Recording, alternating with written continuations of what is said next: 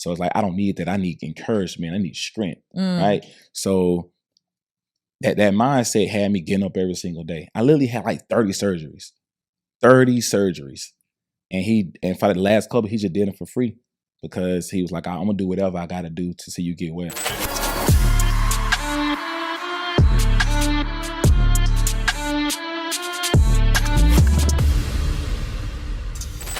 What's up, guys, and welcome to another episode of It's Giving. I am your host, Sarah Fontenot, and if you have not yet, please make sure to click that button below and get subscribed so you can join the family. Each week, we're dropping brand new content. You don't want to miss it. Now, today, we are joined by an incredible man. This is one of my closest friends. He is a beast inside of business. He is helping people reach 6 and 7 figures, changing so many lives, but we're not going to talk about business today. We're going to talk about the man behind the business who has a super powerful story. If you know anyone that's had a near-death experience, if you know anyone that's like, oh, what is dating like? What is dating like for a multimillionaire? You know, these different types of things is what we're going to jump into today. We've got Tyquan Burney. What's up, man? Glad that, man, I feel amazing. Blessed by the best. You know the rest, as my good guy D. Will says, man. But Sarah, first I want to say you look amazing. Oh, thank you. So do you. I love you. One of the greatest people on earth I have ever met. Ty, I love you. So thank you for having me. Thank you for having me here, man. It's a blessing to be on your podcast. I'm so happy to have you. And I gotta ask, if this chapter of your life were called It's Giving blank, and you have to fill in the blank, what would it be called? And you have to say It's Giving. You said a chapter in my life where I met? I would say hurdles. Oh, It's Giving hurdles? It's Giving hurdles, yes. Break that down. So basically, I always say at the top of one mountain is the bottom of another mountain. Oh. So you got to keep climbing. He already dropping bars. Yeah, you got to keep climbing. So, you know, in business, you hit another plateau. There's always hurdles, and obstacles, and hardships. So that's the season I'm in right now. I love that. And you know what? It's crazy. And it's no wonder why you are as successful as you are in business, in life, with family. Like, you are one of the most wholesome, well-rounded people that I know. I really am grateful to have you inside of my life. And, you know, your story is super inspiring, but I don't know how many people actually know your story. And I know that you had a near-death experience, and I'm curious, you know, for anyone that's at home listening, what happened and how were you able to pull through? I'll never forget. This happened in, I would say, summer of 2010. I was, my refund check I got for college, instead of me going and doing the right thing, I went and bought a motorcycle. So I learned how to ride. I've been riding for like a year or two, but this particular year, I was riding around the curve with a group of about 7 of us, and I was going around the curve. It wasn't racing, but we were kind of speeding. So we go around the curve, and I cut in front of the truck. Like, just went around him. I don't know if the guy got mad or whatever. He kind of sped up, and he clipped my back tire on the motorcycle. I just remember like flipping and grabbing whatever I can grab in the air, and just boom, boom, boom, boom, slammed up against the guardrail, threw the bike over. You know, I learned to let the bike go. So as I let the bike go, it snatched me against the guardrail, flew into some bushes. Yeah. And it's so crazy. When your adrenaline is rushing, you immediately, I hopped up. But when I looked down, my freaking arm was hanging off, legs broke, ankle twisted sideways, and I just passed out. Yeah, and I just passed out. That is crazy. Yeah, it was. And like, I know you did a tattoo. Yeah, Can we show? We got to show the people. Like, this is my lovely war wound, my lovely scar, my war wound. Yeah, and I love that you tatted it like a muscle. That's what it exactly looks like. Yeah, it looks like a muscle. It's a muscle. Like at the inside. I love this because I feel like, you know, there are a lot of people that just go through mental barriers, let alone physical barriers. And then, of course, that's partnered with emotional barriers and spiritual barriers and financial barriers. Like, what happened when after you passed out, you woke up in the hospital? But I woke up in the hospital like a month and a half later. I never forget when I did wake up. Like, I was in a coma. As soon as it happened, I immediately went into a coma.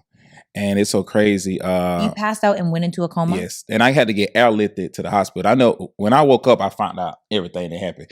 There was like, when I woke up, it was like 45 days later. And I remember them telling, it was like, we about to put a plug on you, take you on life support. Because I couldn't breathe. You were on life support? Yeah, I was on life support.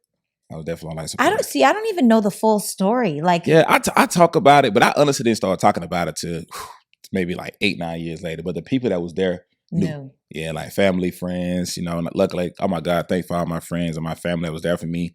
I got some amazing friends and family. I think that's what my love was built from. Just having, I realized at that moment in my life, it wasn't about money. It's about love, support, encouragement, and make sure you're having the right people around you. Come on. So I remember waking up and just, they telling me everything that happened. It was like, okay, this guy that was riding with me saved my life. He put he used his belt as a tourniquet and like 2 other people to stop the bleeding. So that was like, okay, you were losing so much blood. We had to airlift you because it was traffic on the highway. That was like, you made it in the hospital just in time to get a blood transfusion because I had lost so much blood. So they gave me a blood transfusion, and I remember them telling my parents, they was like, yo, I had literally broke like 30 bones, punctured my lungs. I broke my leg in like 3 different places, arm, had head injuries, spleen, cut my leg here. I had, like I said, probably broke like 30, 40 bones. And I think the day before the life support situation, I come from a praying family. So my grandmother was like, you know, he gonna make it, he gonna pull through. And I literally like woke up the next day. Wow. So they were going to pull the plug on you, and your grandmother was like, I need one more day. Yeah, they prayed life into you. They prayed life into me. Woke up I woke up the next day. Okay. So for people that are listening at home and they're like, you know what, I've gone through something. I know that identity starts to shift when you can't move the way that you're used to, when you can't operate the way that you can't even get out of the bed the same way. You can't go to the bathroom the same way. Like everything starts to change. How did you have the mental fortitude to say, like, you're walking now, you're healthy, you're fine, you know, you're tall, you got battle wounds, but you would never know that you had a near death, like a 45-day coma on life support. And when people look at me now, I work out a lot now too, and people like, bro, looking at you now, I would have never thought you went through any of those things. But I think it was a mindset shift, man. And at the time, I had a priest come in and like pray. And like I had a lot of encouraging words and motivating words, whatever. So at that moment, you know, mind you, I had to learn I didn't get my memory back till like 2-3 months later. I didn't know who my parents was. I had to learn how to I had one of the catheters, a catheter first off, you know, urinating in. I had a feeding tube pushed inside my to feed me with nutrients and stuff because I couldn't, you know, I did that for probably like a good month or 2. And I was like, man, I had weighed like 100 and probably like 30 pounds. Imagine being 6'2", 6'1", and 130 pounds, like a freaking stick. Because you lay in the bed for so long, it can't move. Yeah. And you like lose everything. Yeah, it's a lot of atrophy. It was a lot. It was like really, man, I was like, my day-to-day existence now moving forward is going to depend on somebody else. And coming from a person that was athletic and, you know, ladies man and all that type of stuff in college, and just now, I can't even walk. I can't do nothing on my own. I can't even feed myself. I can't even go to the bathroom on my own. Sheesh. And it was definitely like mentally, you know, draining because I'm like, man, I'm only like 24 at the time. I was like, man, my life is over with. That's how I was immediately telling myself, like, I'm like kind of panicking. Like, I'm thinking about, I ain't gonna be able to finish school. Am I gonna be accepted? Are people gonna look at me funny? Am I gonna have to be like, you know, because I didn't get the feeling back into my arm, into my legs like a month later because I thought I was paralyzed. I was in a wheelchair even after that, I was in a wheelchair for a long time. How long? Probably about 2 months. And I didn't get my feeling back in my arm and in my leg to probably like a month after coming out there. First they would talk about amputating. They was like, yo, we might have to amputate your limb. And I was like, oh, Lord. So immediately I'm like, oh, man, I'm about to be, you know, Captain Hook out here. Yeah, sheesh. We have never gone in like detail about the story. Like you know, I knew you had a motorcycle accident. I've seen the scar. You like, oh yeah, I almost died. Like, I didn't know you were on life support. I knew that you had a praying grandmother and that she prayed life back into you. But like, even just getting more of the details, it's like, wow, because there's so much of our identity that is around how we operate, you know, how we are, who we are. And so for that to just change, what did the work look like to get you back to health? Oh man. So I was in a hospital for like a good 9 months straight, 9 months. And then it was like work because I never forget. So the doctor came in to, you know, explain all my injuries. He said, Ty, you have a 5% chance of living a normal life. I told this story like a while ago, but not too much in detail. Like if you literally go Google my name, you can hear the story. Yeah. And I say you had like a 5% chance of living a normal life. You got to have this surgery, that surgery, this and this and this. So at that moment, right, I had like that, I don't know, something just came down to me. It's like, okay, 5% chance. I know what'll happen if I don't fight. I'm going to be in a wheelchair for the rest of my life. potentially paralyzed. They had to move some nerves. I had bad nerve damage, so they had to like take a nerve out my leg, put it in my arm, and put something here and put it in my leg and let the nerve. Some crazy surgery they had to do. So he was like, they never done it before. I would be literally the first person. I'm on some guinea pig situation. So I told myself, my grandmother and my family, I'm like, only thing I can do is fight, because I know what will happen if I quit. Yeah. And I know what that life looks like. And I'm already feeling the emotion what could potentially the rest of my life be like. Let's imagine 24, 25, and somebody telling you, somebody got to feed you. You got to be in a wheelchair for the rest of your life. That's some immediate and emotional, turmoil for you. So I was prepared for the journey. I prayed about it, and I was just like, I'm going to do whatever I got to do. And at that moment, I was like, okay, the time I would spend, that mindset shift I had, was like, this time I spend complaining, it's going to make the situation worse. Being in that negative vibration, that low vibrational moment, will make the situation worse. Yep. So it's like, but if I think about the end goal and connect myself, I was talking about connecting myself to the end goal of walking again, making impact, using my story as a testimony to help other people who going through a journey in their life, knowing that it's not over until, good God call you home or whatever. Amen. Every day you wake up, there's an opportunity for you to get better. And the doctor said, Ty, you have a chance. Yeah. That's all I need to hear. Woo, 5%. Yes. That's okay, so this is your camera right here. Mm-hmm. And I want you, like, for anyone that is listening that is going through a battle, like, what encouragement would you give to them? Like, how did you feel in that moment? And what did you have to tell yourself? Like, how did you shift that mindset from I'm never going to, like, my life is over, to no matter what, I have to go. God, like, it's not over until God calls me home. Like, how did you do that? What would you say? This camera. It was the actual purpose and what I wanted out of life. Me being an engineer, that meant a lot to me. And also being able to put my family in a better position. I was like, okay, if all this stuff stopped, the dreams and goals that I have set up for myself, I would never be able to achieve them.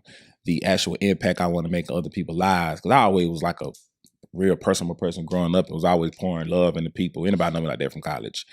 And that gave me a purpose to continue to fight. Because like I said, I know what happened if I quit. And I'm looking at my family around me, because they did a lot for me growing up, the much as they could. And it just kept me going. Really just having purpose and something to fight for.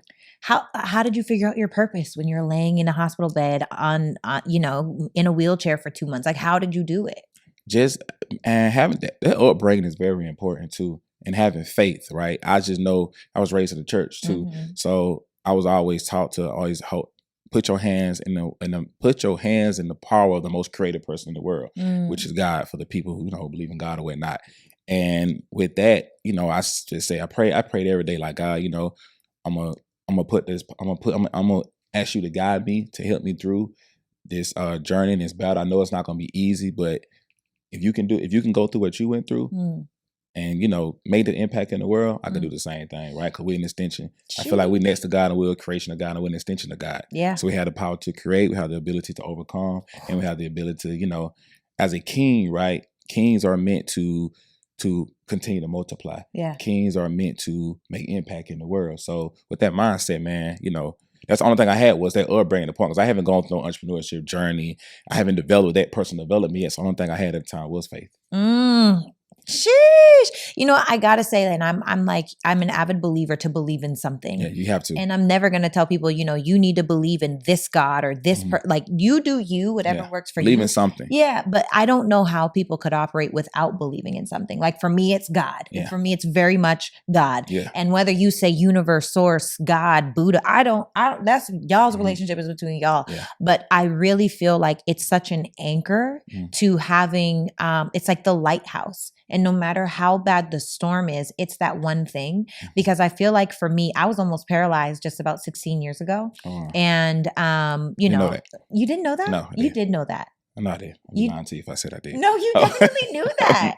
I feel like we've talked about it. You just forgot. I probably forgot if you did. Okay. Well, anyway, I was almost paralyzed 16 years ago. And I remember it hurt to sleep.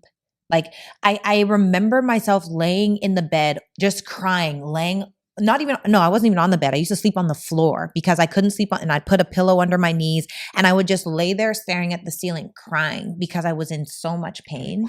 And it's it's wild to think about. And it's so funny how you say upbringing is important, because I think about my mom, right? I think about the journeys and the struggles and the resilience and the persistency, and just inside of her being who she is. She didn't teach me. She didn't say, Sarah, you need to be resilient. She showed me through her example with all of the things that were happening. Same thing with my dad. You know, my dad ruptured a disc in his back when I was 10 years old. So you And see that. yeah, like I saw my parents push through. I saw my parents. And so I would say, for me, sometimes stuff just seems so dark inside of the tunnel, and you're looking like, God, surely there's got to be light at the end of this tunnel. Like, surely there's got to be light, but I don't see it. Like, I don't see the light. Oh, there's just blackness all around me. But I feel like when you have faith, it is, even if there's just a glimmer, like a glimpse of something, and that has to be rooted in purpose. It has to be rooted in faith, because the circumstance and the situation is not reflecting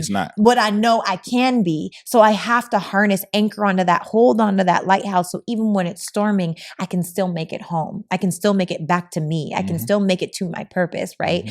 So I can totally relate. It's wild how injuries really change the way that you look at yourself. It did, man. And like I said, and continue. I remember I was having to use the restroom, but I used to fall out the bed, right? And my mama used to cry because I didn't want her to help me. So I'm on my swimming around, going to the bathroom, knowing I can't even stand up. Dang. Yeah. Wow. And I never forget, like, I had a best friend, man. Like, if you watch, she's gonna kill me. Like, I was like, bro, can you come change my catheter for me? He's like, bro. And I mean, some urine got in his hand. He was mad. Oh my gosh.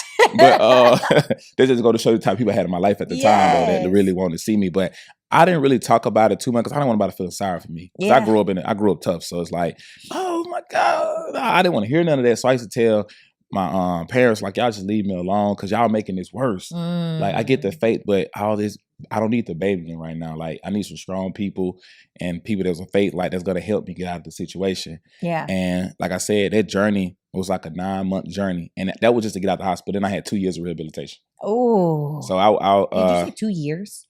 Yeah, I went to 2 years of rehabilitation. I had to learn how to do everything over again. Walk, talk. Remember, I had took like a year off of school. Just to have. And then I was still going to rehab when I went back to school.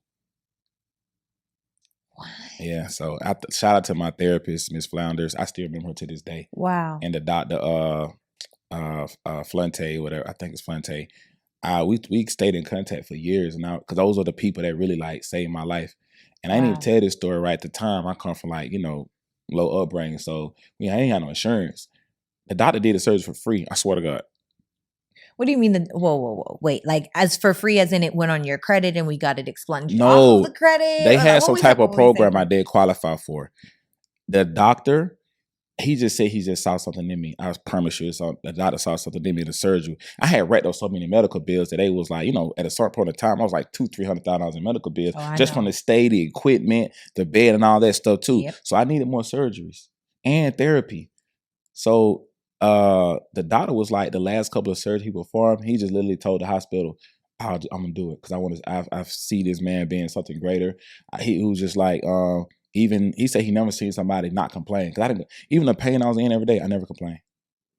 If you read the article, he was like, yo, I never seen that man complain. He did exactly what he told me to do. Cause it's like, complaining is not gonna do anything. Yes, I had it wasn't always every day like happy or feeling my best spirits, right? But I also always stayed positive.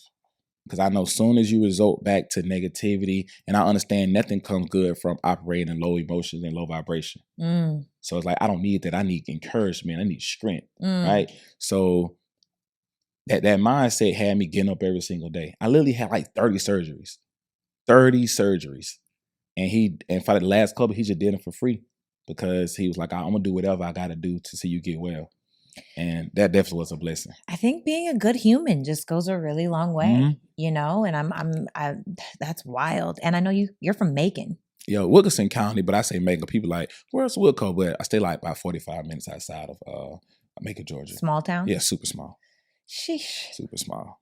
That's wild. Yeah. Honestly, if I would never been at a trauma one hospital, I would have died because if I'd have been anywhere else in the country, they would have probably amputated my arm and leg, and I probably would have died. I just at the time when it happened, Savannah has one of the #1 trauma centers in Georgia, Savannah Medical. I forgot the name of the hospital, but it had a #1 trauma center, and I just happened to be there. Just goes to show, like God, Yeah. like God be God, man. Yeah, Like he when do, you got a man. purpose and a calling on your life, like he's not done with you yet, you Yeah. know? And I think that if you can get out of your own way, for those of you that may be going through, maybe you're not going through a physical trauma, maybe you're going through a mental trauma, an emotional trauma, whatever it is, if you can get out of your own way, if you can be that person that says, it's not over until I win. And don't get me wrong, Yeah. like one of the things that we know, because we talk about this all the time, is when we talk about how, you know, take 5 minutes. Mhm. If it's bad, take 5 minutes, cry, scream, Yeah. whatever. Feel that emotion. You need to. It's okay. And if it's good, take 5 minutes, but you got to keep on moving. And it's the same thing. Like if it's really bad, like really just heart-wrenching, do your best to take 24 hours. Yeah. And then after that, you have to shift the way that you feel, because we don't attract what we think about. We attract what we feel strongest about. So if you strongly are feeling like, I'm never going to make it, I'm never going to heal, my life is over, I'm holding on to that 5% chance instead of that 95% chance failure, like you've got to focus on the 5%. Mm-hmm. You've got to focus on what you want and practice feeling what you want, because it's a subconscious thing. And you know me, I'll get into a whole. Yeah, you know it the same way. But having, like I say, it's a, you know, the immediate feeling of the conscious is like, I want to quit. Yeah. That's your immediate feeling though. But your upbringing, that faith is your subconscious mind. That's what you're going to build off of, which is that foundation. That belief system. Luckily, I had that. Yeah. I had that. Okay. So I have to ask you, because I feel like, you know, you have this incredible healing story. You've got the battle wounds to show. Now you're back to, you know, 6'2", fine, successful. I mean, you got the Lamborghini, the Range Rover, the Mercedes. You got all the big house, the condo. You literally have done so many things. You've accomplished so many things. What does that translate into with dating? Man, it's fun. It's been fun.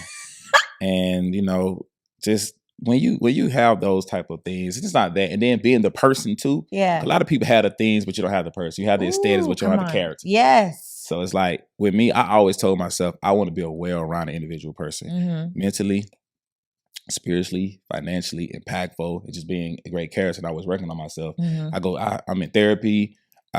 Just being a great person, you know, just overall. And, you know, things we don't know. We know who we are, but sometimes the outside world may view you different from what you think.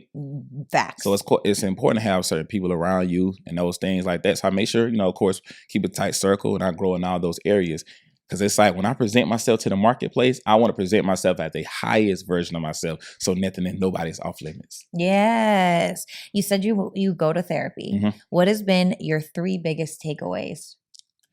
Actually learning how to more operate with women. Okay. Learning not to, and we don't realize this is business owners, that sometimes we will take those business practices and apply them to every area in our life. And sometimes that's not true. And it's like a lot of things in business, things are kind of like transactional in a way. Yeah. You help me, I help you. Yeah. And sometimes I've took that into relationships too, because I didn't realize I was doing that, but it's like, I'm a beast in business. So I took those same characteristics and tried to apply them into relationships. Give me an example of what that means. Like, I'm not doing something unless you do this. Or I'm not giving you, you know, this part of me until I see what you're going to add to my life. Oh. And I didn't realize I was doing that. And I can honestly say that it was sometimes, you know, I think what gave me a benefit, because I had a pure heart. Yeah. And I always would love it. But I also see myself, and from dating other people told me, like, you know, Ty, you kind of do act like that a little bit. Then when I went and talked to a therapist, I found out I was acting like that. So I was like, oh, Lord, let me kind of put this habit to the side of trying to keep business. And because the same characteristics you use to build your business, not the same way you're going to build a relationship with somebody. Factual. And like I said, it took me to go to therapy to understand that. I love that. And I feel like there are so many successful men that are great at business and terrible at relationships. Yeah, terrible relationships. It's just really not, effective at building relationships. They're really not effective at, having emotional intelligence, emotional regulation, compassion even sometimes is missing, or what's it called? Affection will be missing. So I love that you have that awareness, because without an awareness, you can't do anything about it.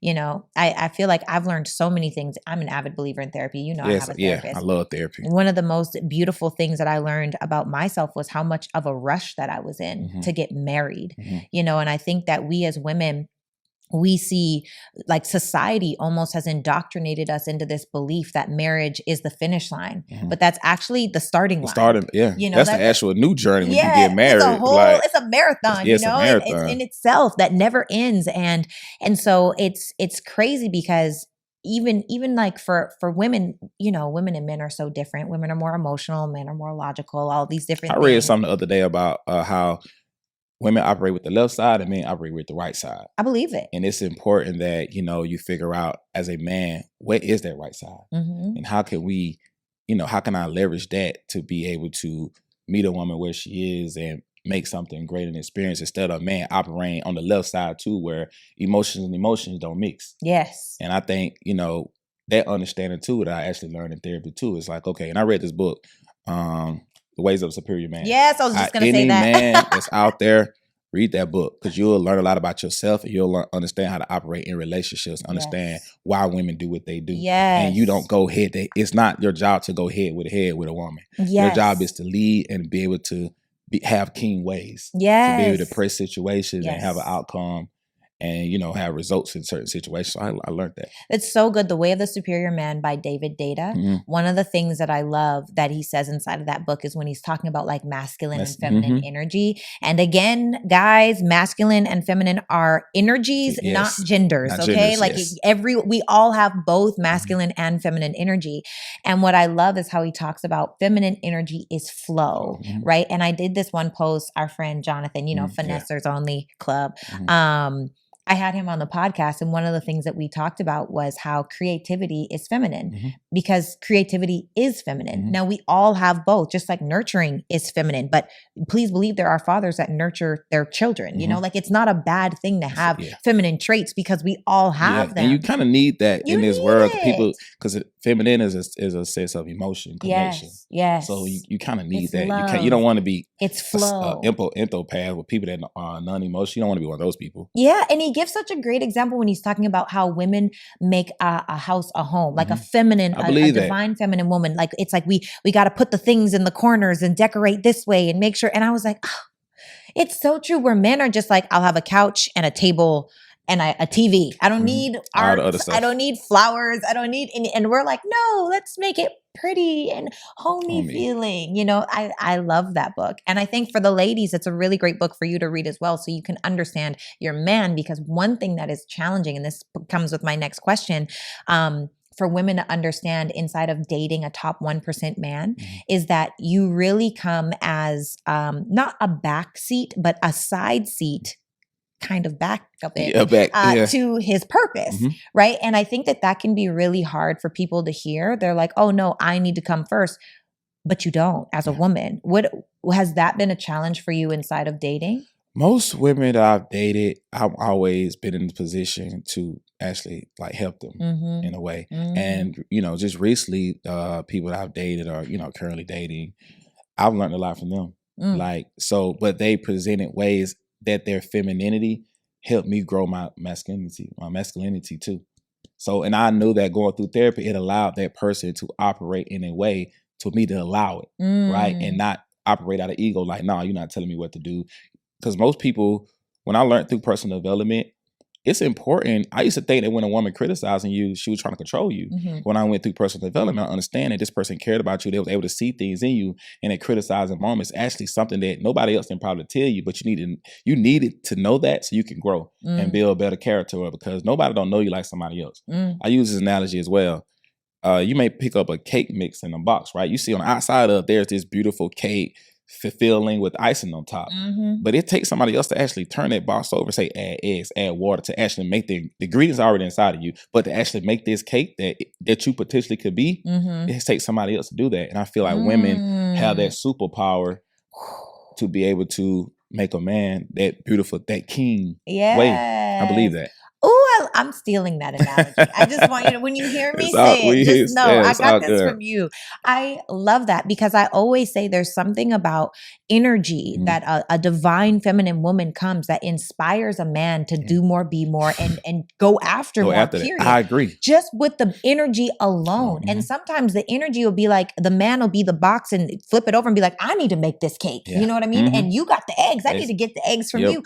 Or whatever it may be. I just love that. I just love that. I love some like good feminine energy. Like I said, I've been blessed enough to have, women I like that are some freaking amazing people. And me allowing them to operate in a way that actually helped me grow. And it actually inspires me too. Cause when you got a good woman in your life, man, you really want to go take on the world because you want to reciprocate that emotion they gave you. You want to reciprocate that reward that this person helped you become this better person. And you should look at it as like motivation and not like, oh, you're trying to control me. No, they're trying to help you grow. I love that. I just love this conversation. So I have to ask you because I know your heart and I know how you are. And, on social media in this day and age, we hear a lot about top 1% men because you are a top 1% man. And then on top of that, you're handsome, you got all the things and whatever it may be. And the word is that a top 1% man cannot be faithful in a relationship or in marriage. Do you believe that a top 1% man can be faithful? I think they can. Okay. I think they can. And I think that it's just when he's ready. Like, I don't think you can do all these amazing femininity things in a man, but it also when he's ready too. It could be a good person wrong time. And I don't believe in, it just depends on who a person is. Like with me, I actually never been a person that like, I'm a lover boy. So like, if I meet you and you're a good person, I'm probably going to build a relationship with you. Yeah. And I just, younger me want to have fun, but it's also experience knowing that. And when you read the Bible, when you read certain things, you understand that you can gain a new experience from certain situations. And it's like, just imagine we say we want this in business, we lock in on business and become disciplined in business and become this great entrepreneur, successful person. What about the experience from locking in with one person and pouring into this one person? Because to me, I feel like it's hard to build something when your energy, your connection is being split up amongst multiple people, because it's like business. Doing 10 things, expecting 100% out of the situation. You can't have that same mindset in business and the way we choose to operate and not have it in a relationship, because this one person, you pour into them, you never know the outcome of that situation. And I also know too is that, and I learned this in therapy, and I told you this, us as men, the way when we lack in discipline, we control how women respond to us. What does that mean? That means that if I don't give you reassurance or security, you're gonna operate with a wall up. That means you may not give me 100% of you. True. You may not give me the 100% femininity I need, right? And now I have created, in a way, you can kind of, as a man, we've self-sabotaged the development of that relationship. Ooh, say that again. As man, we can self-sabotage the relationship because we probably like, why you ain't doing this? You do X, Y, and Z. Yeah. When we're complaining about the things that this person is not giving us or not operating 100%. But bro, she's not learning that she's doing it to protect her feelings. There's an actual, like I said, a wall up. And I like, once you understand that, it's like, can you blame a situation when it's not fruitful? Yeah. I think that is so good. And what I love that I'm hearing, Ty, is the self-accountability. Yeah. It's in saying, took a while to get there. I created a space where a woman didn't feel safe or secure enough to be all of her because I'm doing things where she doesn't feel safe or secure. Oh my goodness gracious. So what do you do to help a woman feel secure? For the men that are at home listening right now, what can they do if they're like, you know what, I want to be a top 1% man and I want to partner that with the question of, do you believe that it's true that men that have one woman are more successful? I can say I can agree. I can't agree how that can, it has to be the right woman though. Yeah. The right woman that's pouring into you, the right woman that's creative and that understands that, where you're trying to go in life and understand what you need to get there. Yeah. It has to be the right person. Right. So I do believe that. And the other question that you asked, communication. Even if you aren't in a place where you want to be, just communicate. And I honestly, and I just recently experienced this too. And I used to like kind of play around with questions and the way I respond to certain things to not hurt somebody's feelings. And to say to kind of like, it wasn't a mean thing, but I'm sparing feelings because I don't want to hurt anybody. But I learned to just be honest. And you allow that person to make that decision. And when you have king-like ways, they'll choose whether to stay or not. They'll choose whether to stay or not. And if you are this 1% man and you work on these 5 areas that I talked about, 8 times out of 10, they might stay because they're understanding you communicated with them. Yeah. And somebody can't get mad at you because you're communicating the truth. Yes. And it's like, I feel that what that does too, it actually saves that relationship too, or at least have a level of communication or friendship. Or like, look, whatever the situation may be, I'm here in my life right now. I'm not ready. A part of me want to do X, Y, and Z. Yes. But I care about you. I respect you. Yeah. And I'm going to communicate with this with you. And as a woman, she's looking at like, whoa, he's a man. Yes. He's standing on business. Yes. You know, now that provides a sense of security in her because she knows that you're not going to lie to her. Yes. But in the flip side of things, that we as men, before we go through those things, we think that line is the way.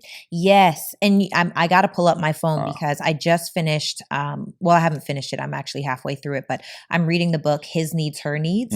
And one of the things, His Needs, Her Needs, got it.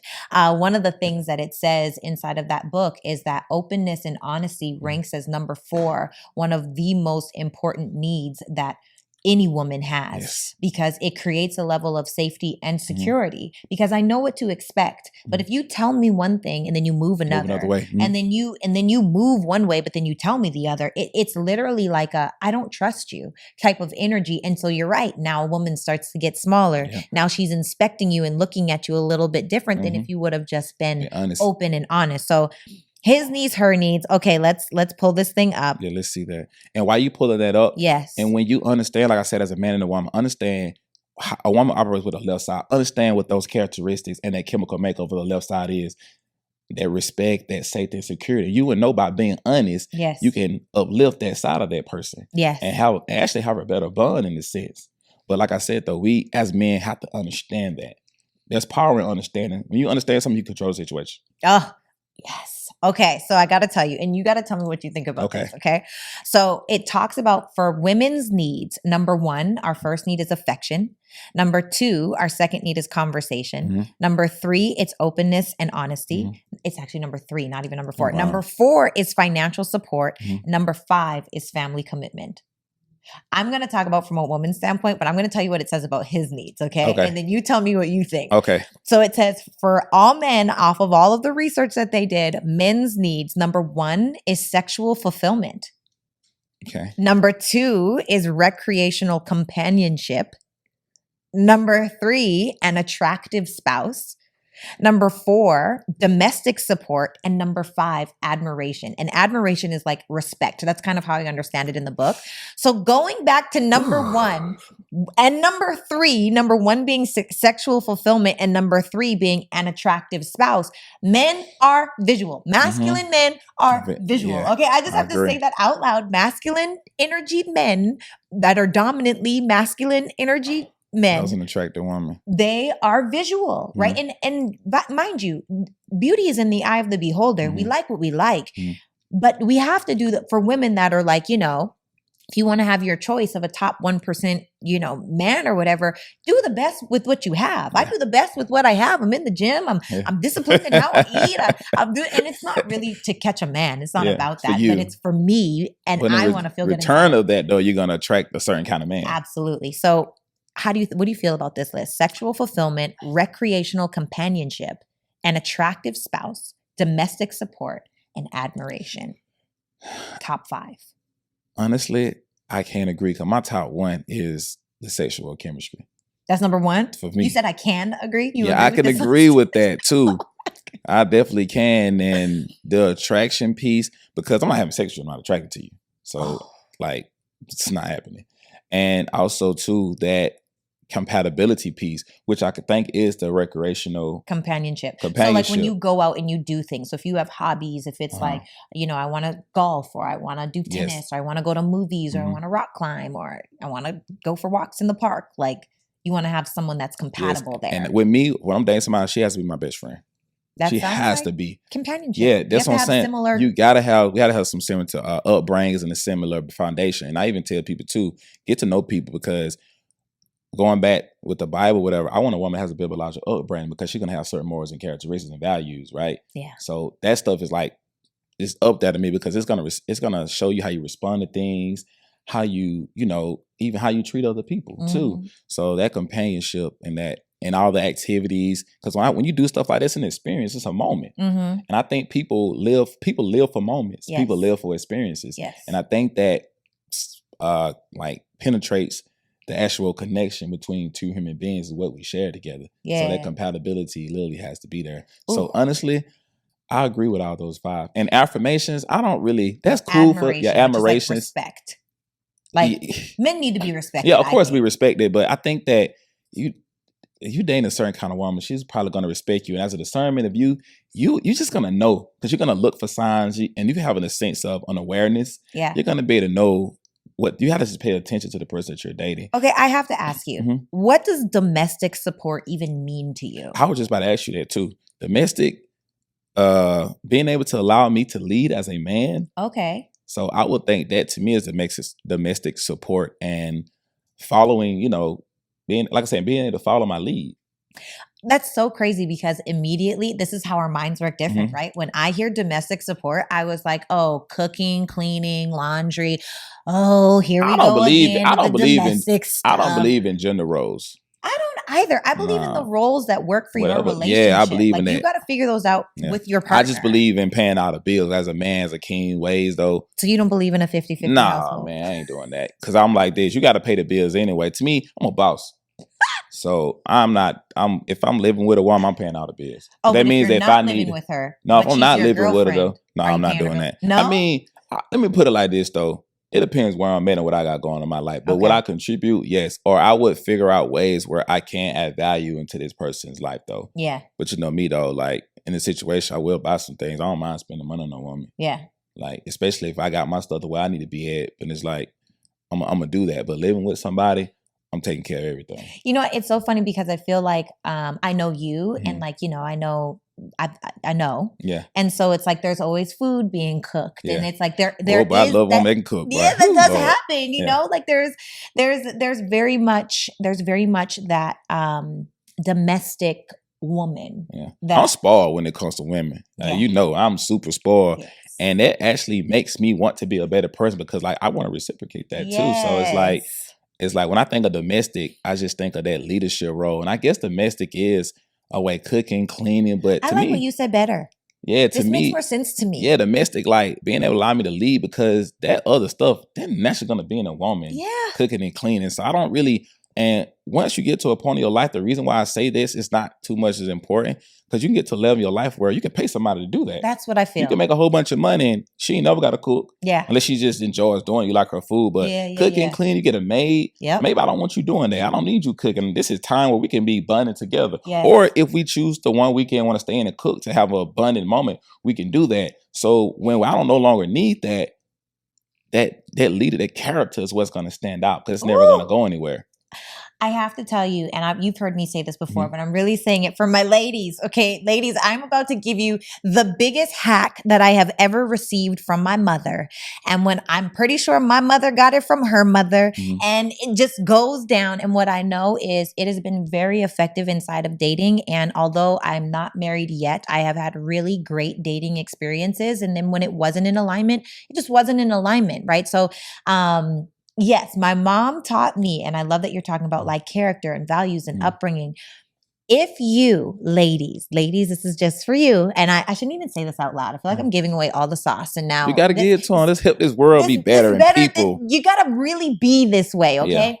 Yeah. In a world where everyone is looking to take from a man. Think about it. The dates, you expect a man to pay for the date. He has responsibilities. You expect him to take care of you, take care of your life, all of these different things. If you are that type of woman and that is your preference, be the type of woman that is also seeking what that man needs before he has to express it.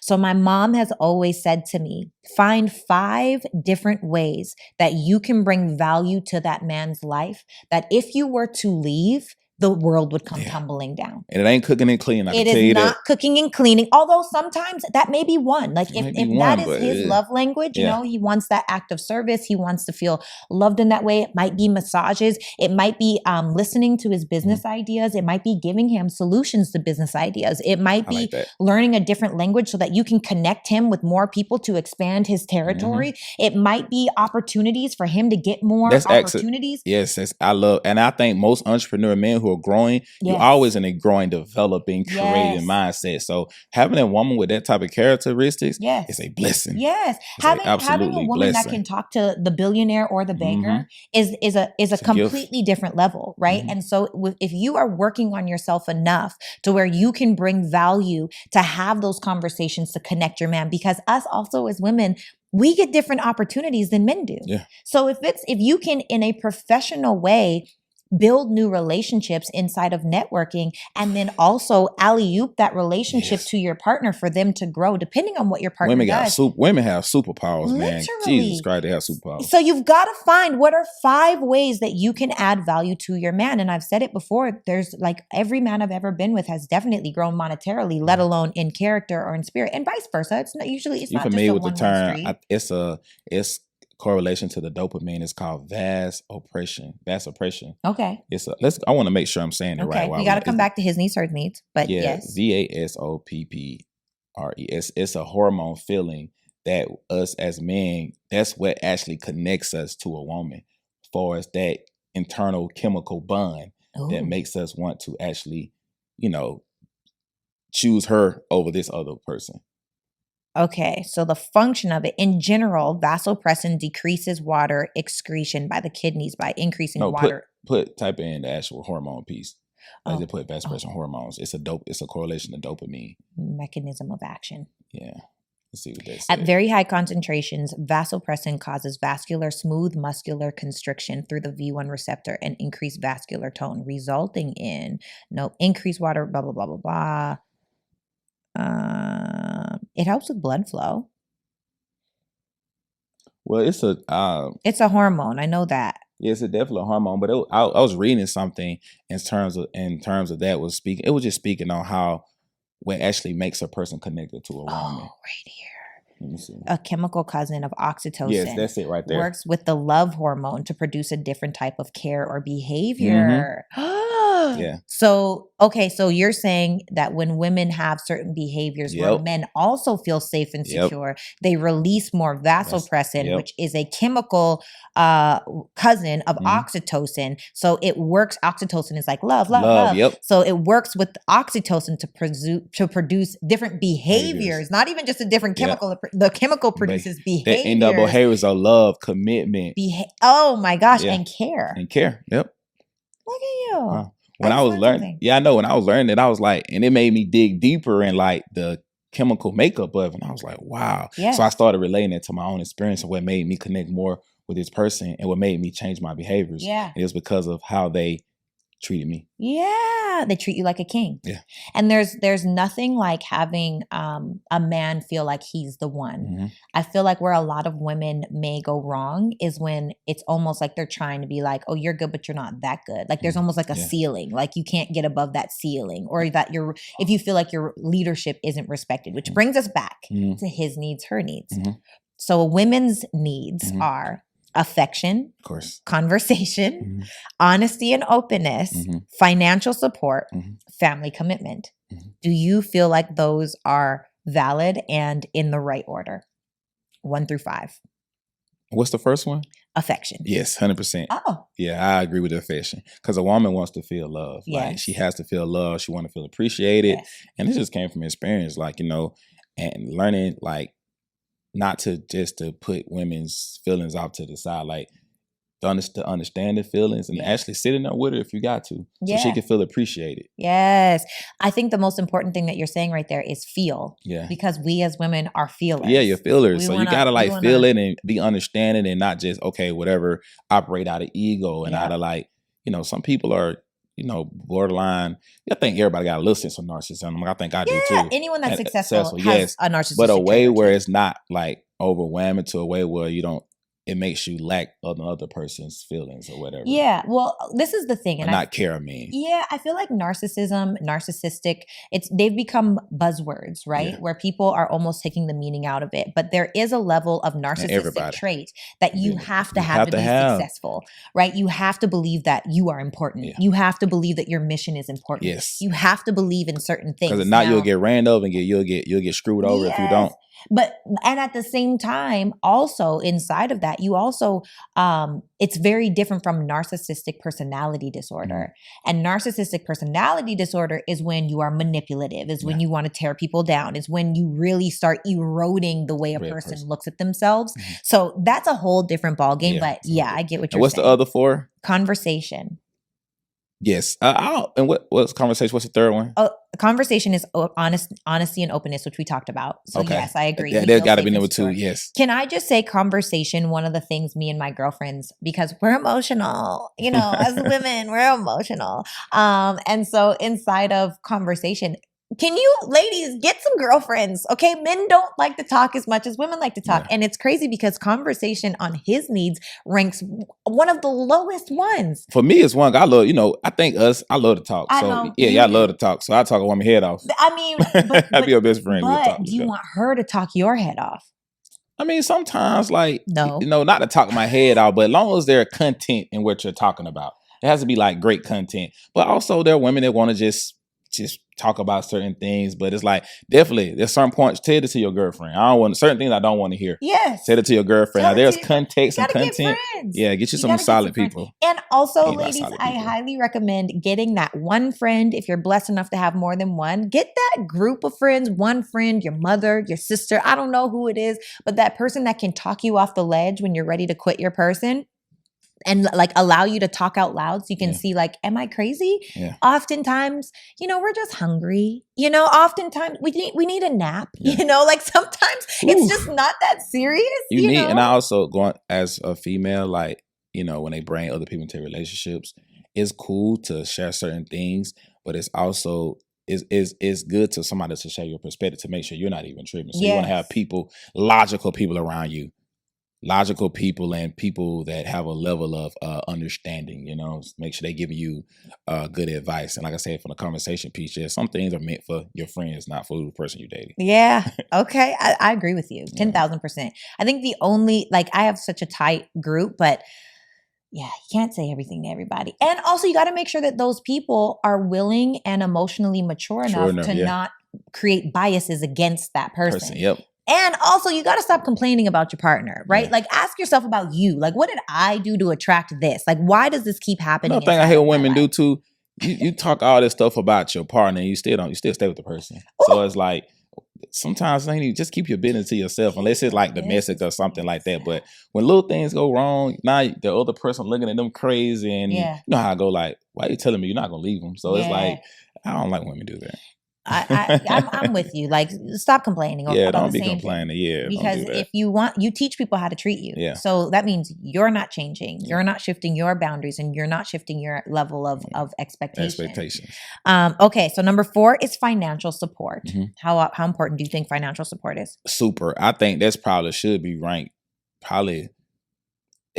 I would say probably 3. And it depends on where a woman is in her life. Everybody wants security. Even men want security. Maybe not financial, but a way where that say something happens, this person has your back. Yes. So I think that should probably be, and a woman's number 3, because we're still kings. We're supposed to provide. We're supposed to be a leader. And a woman wants to know, she may want to operate completely in her femininity. Mm-hmm. And you having that financial security is going to allow her to give you more of what you need as the, like I said, as a feminine character. Because I feel like if you kind of lack that, I'm not going to say every woman, but some women may look at that as may a lack of disrespect to them or a lack of respect that you have for yourself. Yeah. Yeah. Ooh. So, it just depends on the person that you're dating. But that's definitely, it's stuff that I agree. Probably number 3. I agree. Financial support, especially to me, is very important. Mm-hmm. And I'm probably going to get crucified for saying this, but I think it's funny when certain men will say, oh, she likes men with money. She's a gold digger. I would never say that about a female.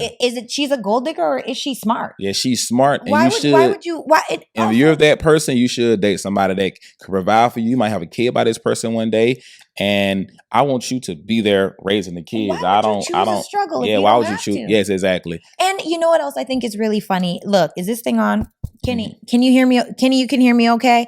Okay, great. So I just have to get this off my chest because there's a difference between dating a man with money or dating a man for money. Now, if you're dating men for money to just take and then you're going to recycle him and move to the next one, that's not great. This is, we're not talking about that person. But if you have a standard for a level of financial support or financial, especially if you are that woman, right? Exactly. If you have that thing and someone calls you a gold digger, first of all, let them say whatever they want to say. But even more so, if you're a gold digger, why would you mine for rocks? Like, why would you literally be out here if you got the tools, you're willing to do the work? Because it's hard work to find gold, right? It's hard to find gold. You're willing to be resilient. You're willing to keep on going. You're willing to invest in yourself because it's not free to mine for gold, right? You're willing to invest in yourself to be able to get the gold. Why on God's green earth would you mine for rocks? It doesn't make any sense to me. When people say, bro, and also when a man says that, I feel like it's a lack of their financial. I agree. It's a defense mechanism. It's a defense mechanism. But bro, if you was having your way and this woman pours into you, she's all these great things, you're going to want to reciprocate that and more of and maybe in a financial way that, I appreciate you. Because money, in a sense though, sometimes people equate money to love, but it's not saying we equate it to love. It's like a form of appreciation. Like, thank you for being this way. Yes. Thank you for, having my back or whatnot. So, and I honestly used to be that way when I was younger. When I was, young and I ain't have money, I used to be like, I ain't doing this for no girl. Crazy. It wasn't until I got money where I wanted to do it because, and it's all about, when every person out here says that, they don't got money. I'm telling you, all of my male friends are affluent, right? Yeah.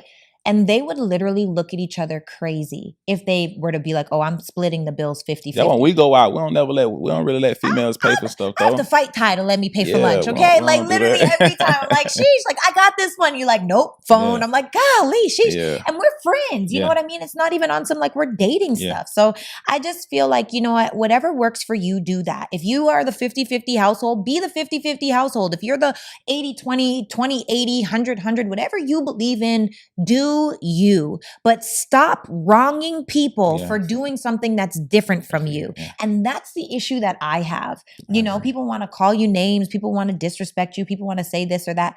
At the end of the day, it's a representation and a reflection and projection of what you believe of yourself. So I would ask you to ask yourself, are you name calling? Are you disrespecting? Are you differentiating because the truth is you feel uncomfortable in your own position? Or are you willing to say, oh, good for them, I can do that too. Or I'm happy where I'm at. Like, why not go about it that way? So, and I was saying for the men, there are women that don't mind spending money on their partner. I know. Yeah, I've been blessed enough to, like I said again, dated some amazing women and been in situations with amazing women where they don't mind because you make them feel the type of way. Or they're just not selfish people like that. So I even have a standard now for myself.